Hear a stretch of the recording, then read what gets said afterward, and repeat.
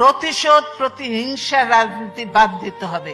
আমি যদি আমার মাকে জিজ্ঞেস করতাম যে আপনি কি চান আপনার সাথে যে অবিচার অন্যায় হয়েছে তার প্রতিশোধ আমি নেই, কারণ সেই প্রতিশোধ নেবার ক্ষমতা আল্লাহ রাব্বুল আলামিন আমাকে দিয়েছেন। আমার মায়ের সন্তান হিসাবে আমি নিশ্চিত আমার মা আমাকে বলতেন, তোমার দায়িত্ব দেশের সকলকে ঐক্যবদ্ধ করে সামনে এগিয়ে যাওয়া, দেশকে সামনে নিয়ে যাওয়া।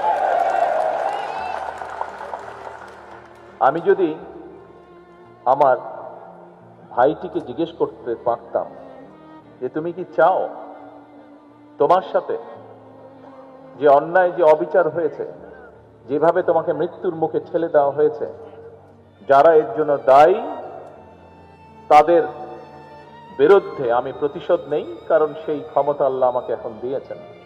আমি নিশ্চিত দুভাই আমরা একসাথে বড় হয়েছি, তাকে আমি চিনি, তাকে আমি জানি, একই রক্ত আমাদের শরীরে প্রবাহিত। আমার ভাইটিও সেই একই উত্তর দিত যে উত্তরটি আমার মা আমাকে দিতেন।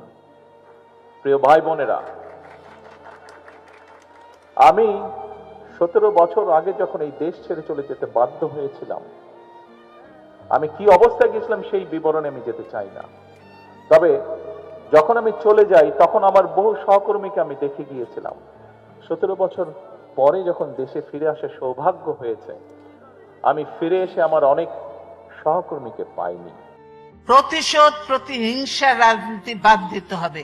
প্রতিশোধ প্রতিহিংসা দিয়ে কোনোদিন কোনো কিছু হতে পারে না। প্রতিশোধ প্রতিহিংসার রাজনীতি বাদ দিয়ে জাতীয় ঐক্য করলেই সম্ভব।